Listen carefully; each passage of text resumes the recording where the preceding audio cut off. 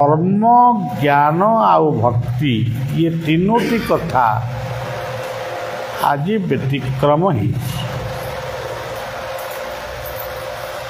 जहाँ भागवत रे कहिचंती भो देव कर्म पादे सेव कर्म ठू नाही अन्य देव। पिलाटी जेतबेले जन्म हुए से सांगे सांगे हाथ गोड़ हलाए, हाथ गोड़ बाड़े माने बाड़े हुए एवं चित्कार करी कांदे। से थिला तार प्रथम कर्म। सेई कर्म बलरे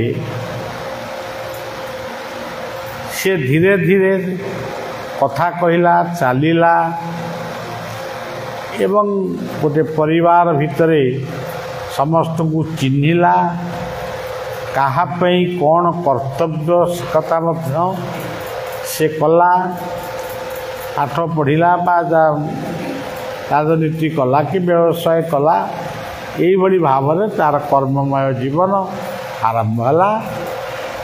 जीवन शेष पर्यंत तार कर्ममय जीवन ही आरंभरू शेष पर्यंत थाए। जदि मनीष गीतार मध्य कहिचंती कर्म करिबा पाई आमे कर्म करिबा पाई भगवान आमको हाथ गोड़ या आंगुठी नख पर्यंत से दान करिछन। आमे जदि कर्म न करिबु ताहले आमर शरीर अवश हो जीव, जीवन मध्य व्यर्थ हो। भगवान गीतारे कहिले अर्जुन को गोटे धाड़ी रे कहिले मोर किछि माने स्वार्थ नहीं, मोर किछि फल आशा भी नहीं, तथापि मु कर्म करूची। काईकि कर्म करूची? मु कर्म कले समस्ते से कर्म को करिवे। ठीक सेहीपरि आपण माने लक्ष्य करंतु, बापा जदि कर्म करे पुओ तापरे कर्म करने को चेष्टा करे।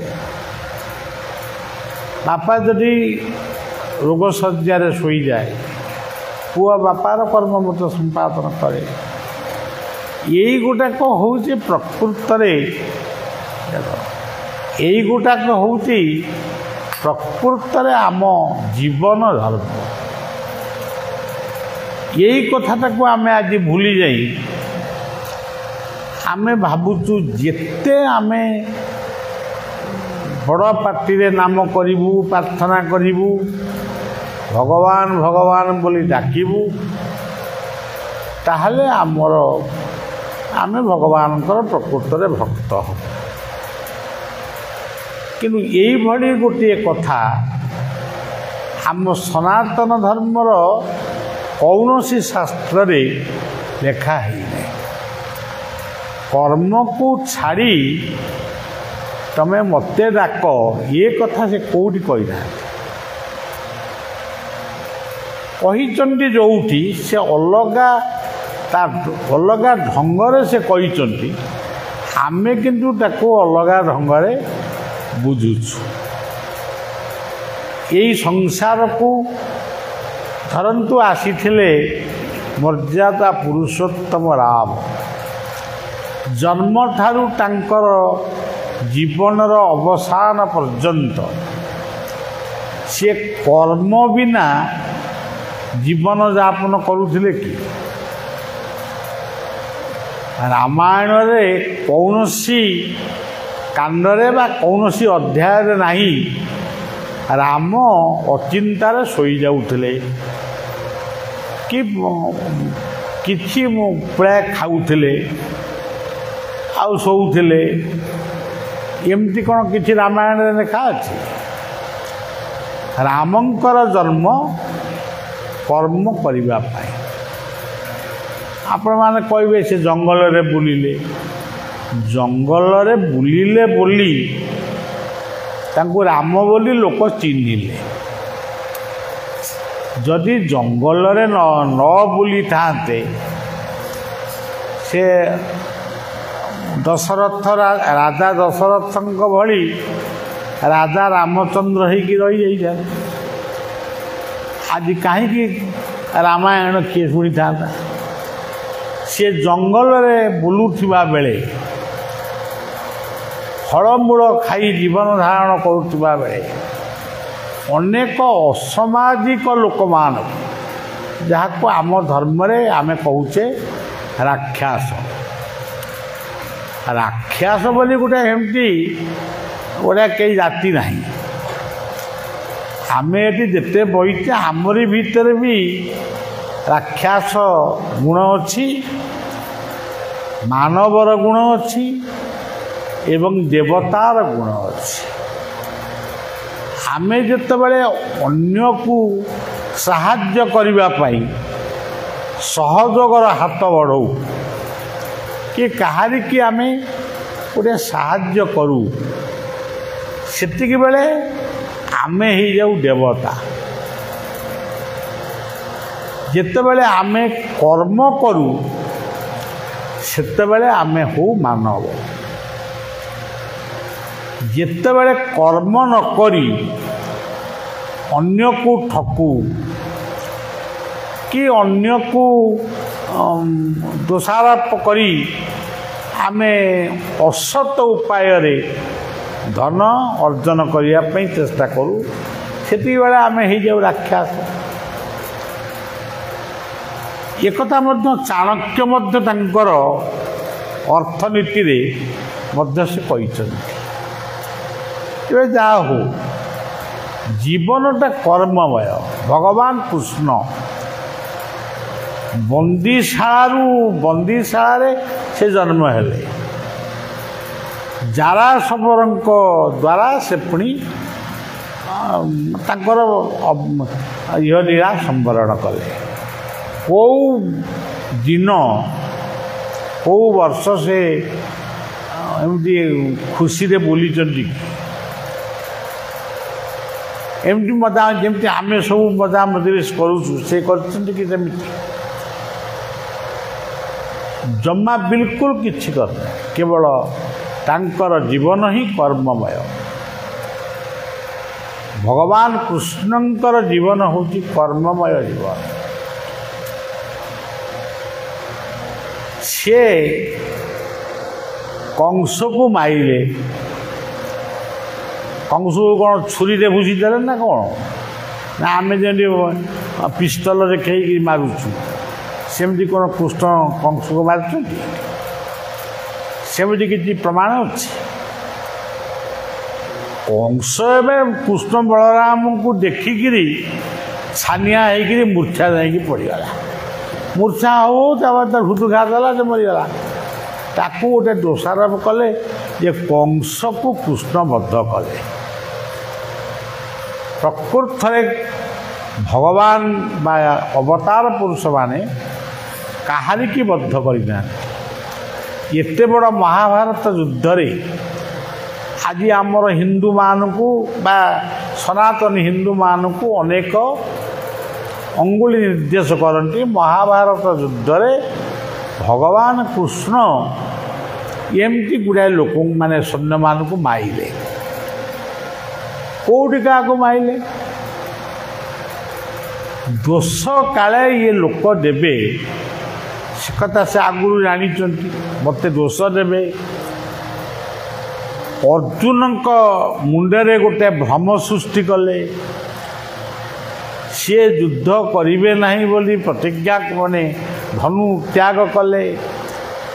ଭଗବାନ କୃଷ୍ଣ ତାଙ୍କୁ ବହୁତ ବୁଝେଇଲେ।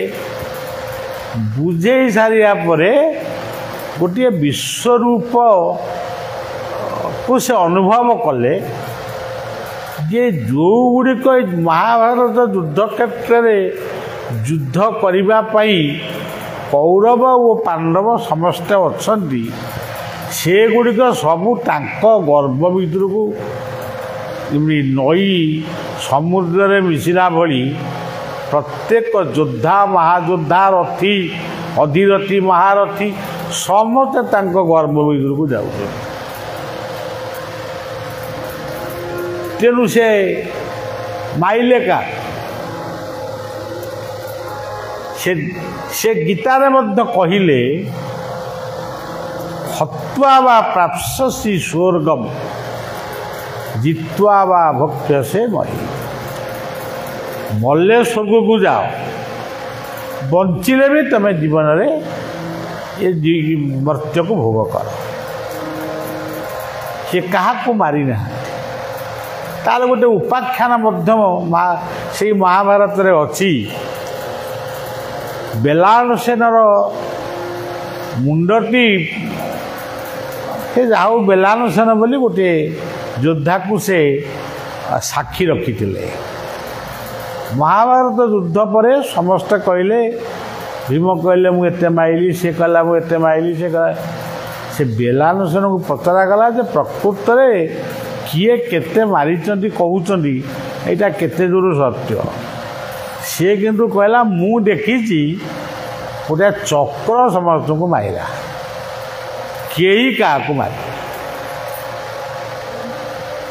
ତେଣୁ ଏଇଥିରୁ ଆମ ଶାସ୍ତ୍ରରେ ଯାହା ଲେଖା ଅଛି ଆମେ ତାକୁ ଠିକ୍ ଭାବରେ ବୁଝିନୁ, ଠିକ୍ ଭାବରେ ଆମେ ଚିନ୍ତା କରିନୁ। ଆମେ କେବଳ ଗପ ଗପୁଛୁ ସେ ଭଗବାନ କୃଷ୍ଣ ବଇଁଶୀ ବଜେଇଲେ। ଆମ ରାଉରକେଲାରେ କ'ଣ ବଇଁଶୀ ବଜାଇଲା ବାଲା ନାହାନ୍ତି? କୃଷ୍ଣଙ୍କ ବଂଶୀ ସ୍ୱନ ଶୁଣିକିରି ଗୋପୀମାନେ ଆଇଲେ। ସେ କ'ଣ କେମିତିଆ ବଂଶୀ ଥିଲା କି ଗୋପୀମାନେ ତାଙ୍କ ଆଡ଼କୁ ଦୌଡ଼ିକିରି ଆଇଲେ? ସେସବୁ କିଛି ନୁହେଁ, ସେ ହେଉଛି ମୋହନ ବଂଶୀ, ଯିଏ ସମସ୍ତଙ୍କୁ ଆକର୍ଷିତ କରିପାରେ କଥାରେ ବା କାମରେ। ସେଇ ହେଉଛନ୍ତି ମୋହନ ବଂଶୀ। ଆପଣ ଦେଖିବେ ଇଏ ପୃଥିବୀରେ ଏବେ ବି ଅନେକ ମୋହନ ବଂଶୀ ବଜେଇଲା ଭଳି ତ୍ୟାଗୀ ଅବତାର ପୁରୁଷମାନେ ଅଛନ୍ତି। ତାଙ୍କ କଥା ଲୋକ ଉଦାହରଣ ଦେଉଛନ୍ତି। ସେ କେବେଠୁ ମରିଗଲେଣି, ତାଙ୍କ କଥା ବି ଅମର ପୁରୁଷ ଭଳି ତାଙ୍କୁ ବର୍ଣ୍ଣନା କରୁଛନ୍ତି। ଆଉ ଦ୍ୱାପର ଯୁଗରେ କୃଷ୍ଣ କେବଳ ମୋହନ ବଂଶୀ ବଜେଇଲେ, ସେ ଯମୁନା କୂଳରେ ପୁଣି ବଜେଇଲେ। ଆମର ବି ଏଠି ମୋହନ ବଂଶୀ କ'ଣ ରାଉରକେଲାରେ ବାଜୁନି? ଆମର ଏଠି ଶଙ୍ଖ କୋଇଲି ବ୍ରାହ୍ମୀ ନଦୀ, ଏଠି ମଧ୍ୟ ମୋହନ ବଂଶୀ ବାଜୁଛି ବୋଲି ଗୋଟାଏ ଏତେ ବଡ଼ ଇସ୍ପାତ ନଗରୀ ଗଢ଼ି ଉଠିଛି। ଲକ୍ଷ ଲକ୍ଷ ଲୋକ ଏଠି କାମ କରିକିରି ପରିବାର ବଞ୍ଚଉଛନ୍ତି, ଜୀବନକୁ ବଞ୍ଚଉଛନ୍ତି। ଏଇଗୁଡ଼ାକ ହେଉଛି ମୋହନ ବଂଶୀ। ତେଣୁ ସେଥିପାଇଁ ସେ ଭାଗବତରେ କହିଲେ ଭୋ ଦେବ କର୍ମ ପାଦେ ସେବ କର୍ମଠୁ ନାହିଁ ଅନ୍ୟ। କର୍ମ ସରିଗଲା, ସନ୍ଧ୍ୟାରେ ଆମେ ଇଷ୍ଟ ଦର୍ଶନ କଲେ, ଗୁରୁ ଦର୍ଶନ କଲେ, କି ରାମ ନାମ କଲେ, କି କୃଷ୍ଣ ନାମ କଲେ, ଆଉ କର୍ମକୁ ଛାଡ଼ି ଦେଇକିରି ଆମେ କେବଳ ଧର୍ମ ଛଡ଼ା ହେବା ବ୍ୟତୀତ ଅନ୍ୟ କିଛି ନାହିଁ। ସେଇଭଳି ଯୋଗ କର୍ମ ସୁକୌଶଳମ୍, ଗୀତା କହିଲେ ଯେଉଁ କର୍ମଟା ତମେ କରୁଛ, ମନେ କରାଯାଉ ତମେ ରାନ୍ଧୁଛ, ଯେଉଁଟାକୁ ବି ତମେ ରାନ୍ଧିବ ସେଇଟା କେମିତି ରନ୍ଧାଯାଏ ସେ ପ୍ରଣାଳୀଟାକୁ ମଧ୍ୟ ଜାଣିବା ଦରକାର।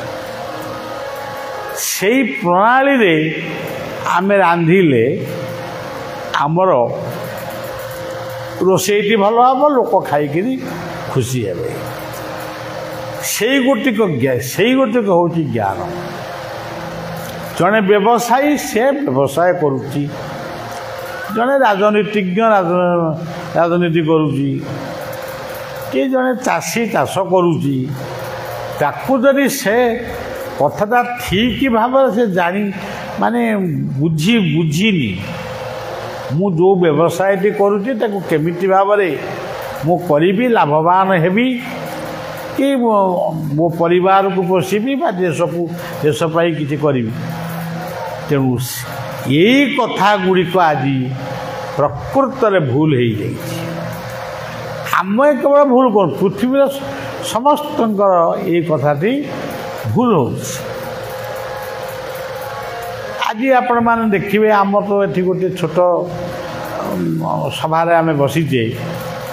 ଆଜି ପୃଥିବୀରେ ଅନେକ ଜାଗାରେ ଯୁଦ୍ଧ ଲାଗିଛି।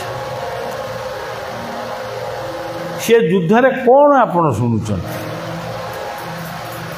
ଯୁଦ୍ଧ ଲାଗିଛି, ଲକ୍ଷ ଲକ୍ଷ ଲୋକ ମଲେଣି, କିନ୍ତୁ ନେତାମାନେ କହୁଛନ୍ତି ମୁଁ ପରମାଣୁ ଫୁଟେଇବି। ତୁମେ କ'ଣ ନେତା ହେଇଥିଲ? ତୁମକୁ କ'ଣ ଦାୟିତ୍ୱ ଦିଆ ହେଇଥିଲା ପରମାଣୁ ବୋମା ତିଆରି କରି ବିଶ୍ୱଟାକୁ ଧ୍ୱଂସ କରିବା ପାଇଁ?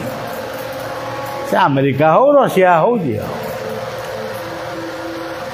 ତେଣୁ ଆଜି ଶାନ୍ତିରେ ବଞ୍ଚିବା ପାଇଁ ମଣିଷ ଚାହୁଁନି, ସେ ଅଶାନ୍ତିକି ଆମନ୍ତ୍ରଣ କରୁଛି। ତୁମେ ଆସ ଆମ ପାଖକୁ ଆସ, ମୁଁ ସେ ଶାନ୍ତି ଫାନ୍ତି କିଛି ଚାହେଁ ନା।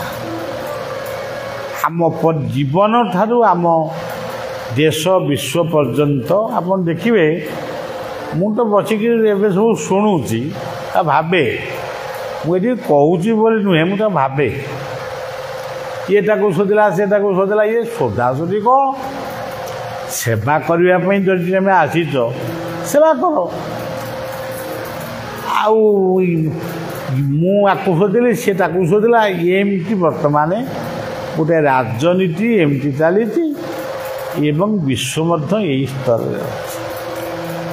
ତେଣୁ ଗୀତାର 16 ଅଧ୍ୟାୟଟି ଯଦି ତା'ର ବ୍ୟାଖ୍ୟାଟିକି ଯଦି ପୃଥିବୀରେ ପହଞ୍ଚେଇ ଦିଆଯିବ, କେହି ପହଞ୍ଚେଇ ଦିଅନ୍ତା, ସେ ନିଜେ ହିଁ ଜାଣନ୍ତା ମୁଁ ଦେବତା ନା ରାକ୍ଷସ, ମୁଁ ଯାହା କରୁଛି ଭୁଲ ନା ଠିକ୍। ଗୀତାର 16 ଅଧ୍ୟାୟ।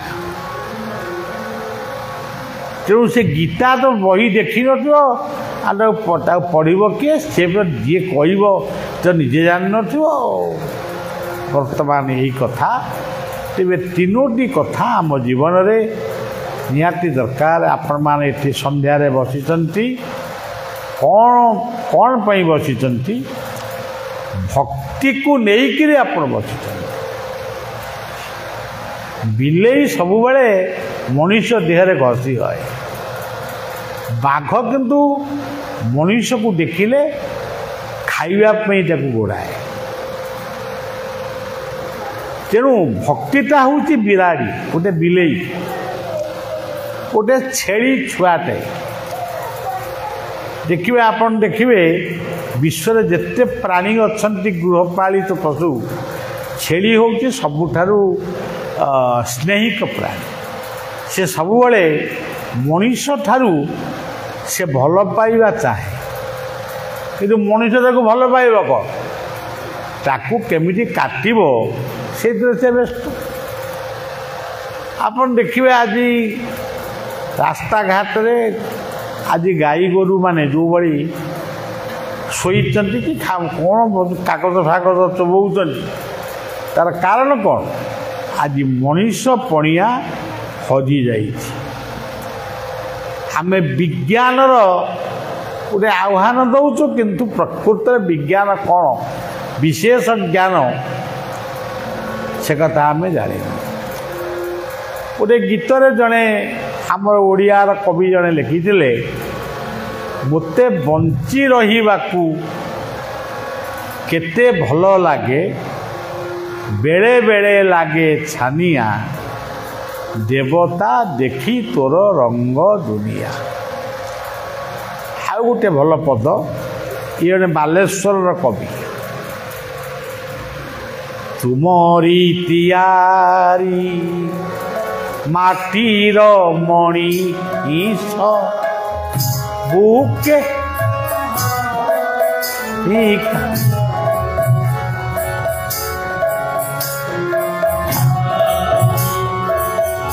ମାଟିର ମଣି ବୁକେ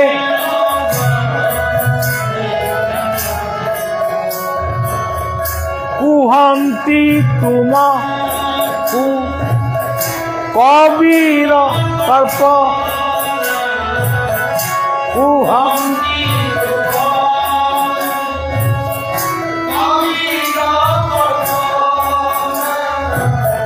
ବିଜ୍ଞାନର ନିଶା ଲାଗି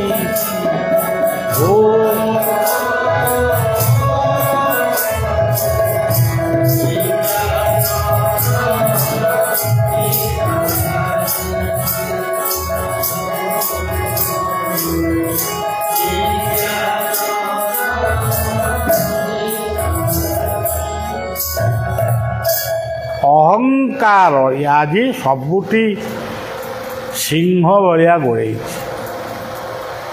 ଅହଙ୍କାର ତେଣୁ ବହୁତ ମାନେ ମୁଁ ଗପ କହିବା ପାଇଁ ମୋତେ ଭଲ ଲାଗେନି। ଆପଣମାନେ ଜାଣିଛନ୍ତି ମୁଁ ବାସ୍ତବବାଦକୁ ଭଲ ପାଏ। ମୋ ଜୀବନରେ ମୁଁ ଯେତିକି ଅନୁଭୂତି ସବୁଦିନେ ପାଉଛି।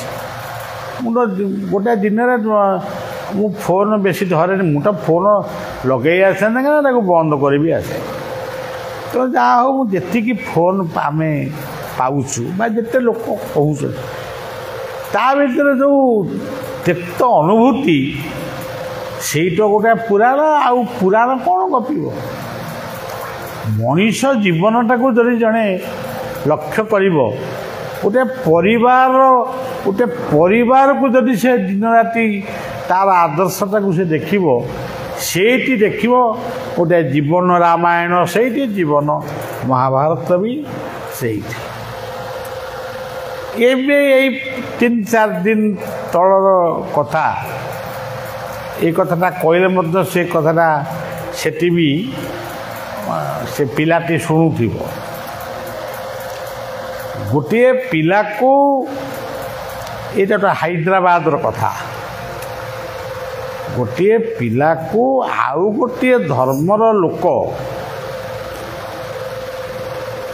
ତାକୁ ବୁଝେଇ ଦେଇକି 4-5 ଜଣ ଘେରିକିରି ତାକୁ ବୁଝେଇ ଦେଇଛନ୍ତି, ତମ ଧର୍ମଟା ଏଇ ଯେ ଗୋଟାଏ ଦେଶ ଭାରତ, କିନ୍ତୁ ଆମ ଧର୍ମଟା ପୃଥିବୀର ବହୁ ଦେଶରେ।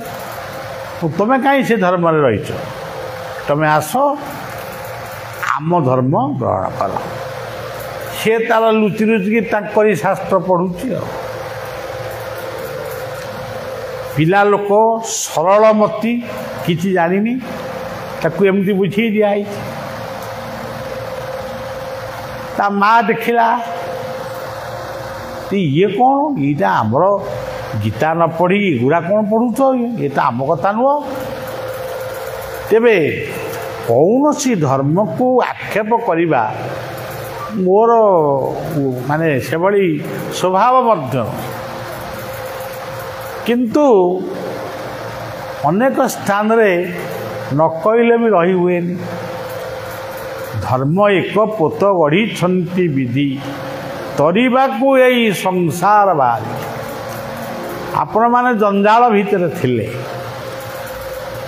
ଗୋଟେ ଜଞ୍ଜାଳମୟ ଜୀବନରୁ ଟିକେ ଶାନ୍ତି ପାଇବା ପାଇଁ ଶୁଣିଲେ ବଳିଆ ଆସୁଛି, ଏ ସନ୍ଧ୍ୟାରେ ଯିବା ବସିବା। ବଳିଆ କ'ଣ ଏଠି ସବୁବେଳେ ରହିବ ନା ଆପଣ ସବୁବେଳେ ସନ୍ଧ୍ୟାରେ ବସିବେ? ତାର ଅର୍ଥ ନୁହେଁ ସନ୍ଧ୍ୟାରେ ଆମେ ବଳିଆ ନାହିଁ ବୋଲି ଆମେ ସନ୍ଧ୍ୟାରେ ବସିକିରି ଆଉ ଗୋଟେ କ'ଣ ଭୁଲ କାମ କରିବା। ତେଣୁ ସବୁବେଳେ ମଣିଷ ନିଜକୁ ଶୃଙ୍ଖଳିତ କରିବା ହିଁ ଧର୍ମ। ସେଇ ପିଲାଟିକୁ ମୁଁ 10-12 ଧାରି ମୋର ଭଏସ୍ ରେକର୍ଡ଼ିଂ କରି ତାକୁ ପଠେଇଲି। ସେ କାନ୍ଦିଲା, ତା ଆଖିରୁ ଲୁହ ଆସିଲା। ବୋଧେ ସେ ବୁଝିପାରିଲା ଯେ ମୋତେ ଏମାନେ ଭୁଲେଇ ଦେଉଛନ୍ତି। ମୁଁ ସେଥିରେ ଗୋଟିଏ ଧାଡ଼ି କହିଥିଲି, ବାବୁ ତମକୁ ଜଣେ ବୁଝେଇ ଦେଲା, ତମେ ତାଙ୍କ ଆଡ଼କୁ ଚାଲି ଯାଉଛ, କାହିଁ ତମେ କ'ଣ ଭୀରୁ? ତମେ ତାଙ୍କୁ ବୁଝେଇକି ତମ ଆଡ଼କୁ ନେଇ ଆସୁନା। ଜଣେ ଜଣେ ପିଲା କହନ୍ତି ମୋର ମଦ ଖାଇବା ଅଭ୍ୟାସ ନଥିଲା, ଏଣ୍ଡୁଟା ସାଙ୍ଗସାଥିରେ ଖାଉ ଖାଉ ଏ କ'ଣ ପିଉ ପିଉ ପିଇଦେଲି ଆଉ। ତମେ କାହିଁକି ମଦ ତାଙ୍କ କଥାରେ ପିଇଲ? ତମେ ତାଙ୍କୁ କ୍ଷୀର ପିଆଇ ଶିଖେଇଲନି, ଦହି ଖିଆଇ, ଏଗୁଡ଼ାକ ସବୁ ହେଉଛି ଆମର ଭୁଲ। ସେଥିପାଇଁ ଗୀତାର ଗୋଟିଏ ଶ୍ଳୋକରେ ଆମ ସମସ୍ତଙ୍କ ପାଇଁ ସେ ଗୋଟିଏ ଶ୍ଳୋକ କହିଛନ୍ତି, ଯେଉଁ ଶ୍ଳୋକଟିକି ପଢ଼ି ଆମେ ନମସ୍କାର କରିବା। କାରଣ ମୁଁ ଟିକେ ଆଜି କିଛି କହିପାରୁନି। ମୁଁ 15 ଦିନ ମାସେ ଖଣ୍ଡେ ମୁଁ କାହାରି ସହିତ ଦେଖା କଲିନି, କଥାବାର୍ତ୍ତା ବି କଲିନି, କାହା ସାଙ୍ଗରେ କିଛି କଲିନି। ଖାଦ୍ୟ ଗୁଡ଼ାକ ମୋତେ ଦେଖାଗଲା ସବୁ ପଏଜନ୍। ତେଣୁ ମୁଁ ଆଉ ଚାଲିପାରିଲିନି, ମାନେ ଏମିତି ମୋତେ ଧରିକିରି ବାଥରୁମ୍କୁ ନେଲେ। ଏଇ ଅବସ୍ଥାରେ ପୁଣି ସେ ମୋର ଗୁରୁଦେବଙ୍କର, ଇଷ୍ଟଦେବ ଅନନ୍ତ ବାୟାଙ୍କର ଇଚ୍ଛା ନା ତୁମକୁ ପୃଥିବୀରେ ଆଉ କିଛି ବର୍ଷ ରହିବାକୁ ପଡ଼ିବ, ଆହୁରି କିଛି କାମ ଅଛି।